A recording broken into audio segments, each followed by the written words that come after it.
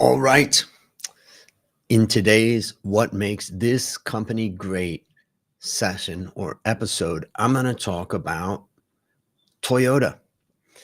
And I look forward to getting any questions or comments or observations as I go through this. So feel free to leave a comment. Let's get into Toyota. So, first, let's review Toyota's strengths. It was the first motor company to produce over 10 million cars in 1 year. 80% of Toyotas that were sold 20 years ago are still active on the road. Now, that that is what I would call sustainability, with the idea being that the company has created lasting products that you don't need to buy more and more of them. They're not disposable. So let's continue on. So the number one seller, of course, is the Corolla, the Toyota Corolla, at 1.1 million vehicles sold. This is as of 2022. And then the RAV4, which is getting close to a million, and the Camry at 680,000 cars. That is a hell of a lot of cars to sell in a year. Now, I was looking at the regional or the breakdown by region, and 35% of revenue comes from North America, 32% comes from Japan, and 16% from Asia, and 10% from Europe. What you can see is that Africa in particular is not really mentioned here as far as a big source of revenue, but I would suspect that it is a future source of revenue. So Toyota's been hit pretty hard with the ESG crowd. They don't like some of the things that they've said and done. But it's important to remember that they're a hybrid car pioneer. Toyota introduced the first mass-produced hybrid vehicle in 1997, and it combined a gasoline engine with an electric motor. And that was the beginning of an environmentally friendly transportation for cars. And Toyota remains a leader in hybrid and electric vehicle technology. Now, they also are developing hydrogen, which is a fascinating story for another day. What's interesting about Toyota is Sakichi Toyoda is the founder of Toyota Automatic Loom Works, and he's known as the family head. And he was a Japanese inventor and industrialist, in particular in the textile industry, and had created the automatic power loom. And he was known about automation with a human touch, which was the beginning of the Toyota production system. And his automatic power loom was Japan's first patent for an automatic weaving machine. And it was his son, Kiichiro Toyota, who created Toyota Motors. Now, I just made this diagram because it's really incredible that the 12 presidents of the company are right there on one page since its founding. And what's interesting is that 7 of the 12 are family members. That is probably the world's largest family business. So let's now look into Toyota's in a little bit more detail. They're in the consumer discretionary sector, 369,000 employees. That's an incredible number of employees, $275 billion in revenue. And its main segments are Toyota, Lexus, and then hybrids. And so what is the company's competitive advantage? What makes Toyota great?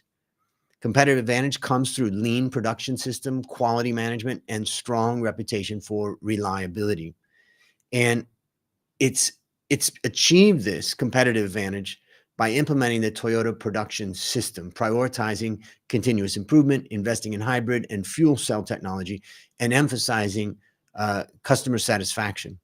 So I just wanted to take a moment here to highlight, why do I do these series? I do these because I just love looking at how a company creates a competitive advantage. How does your company create a competitive advantage? How does my company create a competitive advantage? If we can study this and learn from this, we can build better companies. And I think one of the biggest lessons that I've learned about competitive advantage is that there are many paths to competitive advantage. and you have to pick the one that suits you and your company most. And that's really what Toyota's done. So let's look at the Toyota production system for a minute. It's a renowned for lean production. It was developed by Taiichi Ono, and the system focuses on eliminating waste and maximizing efficiency. And it emphasizes just-in-time and continuous improvement and respect for people. Now, there is another thing, Kaizen, which means continuous improvement. Every employee is encouraged to contribute ideas for improvement, regardless of their position within the company. And this philosophy fosters a culture of innovation and efficiency throughout the organization. But now we get to the big question: is the company financially world class? Well, this is how I measure competitive advantage.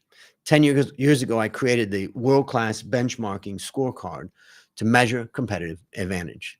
And here's how I create the scorecard for any company in the world. We gather the yearly and quarterly financial data of 26,000 companies across the world. And then we calculate our profitable growth score, which is a composite of both profitability and growth. And we then compare the subject company to, in this case, Toyota, to sector peers of similar size and assign a ranking. It's a decile ranking, and 1 would be best.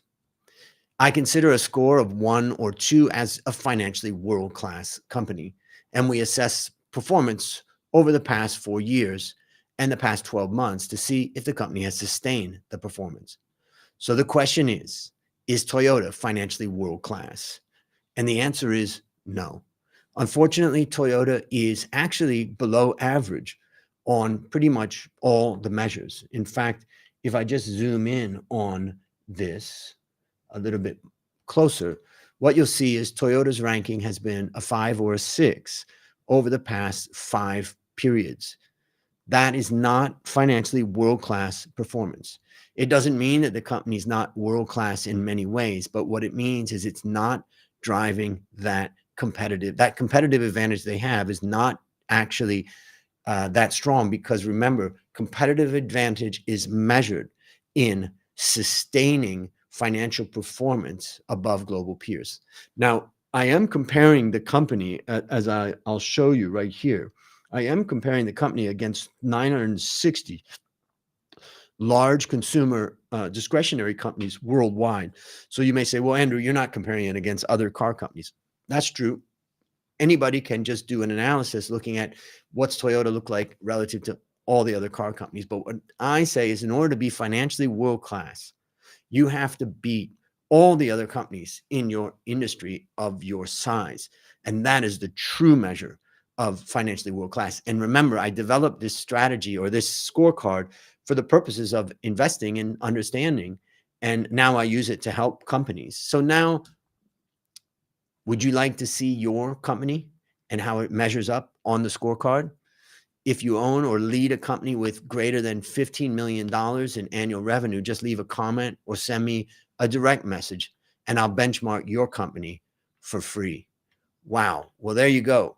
That is my discussion on Toyota. I just find the company fascinating, and I hope that you do too. Let me know if you have any questions or comments in the chat.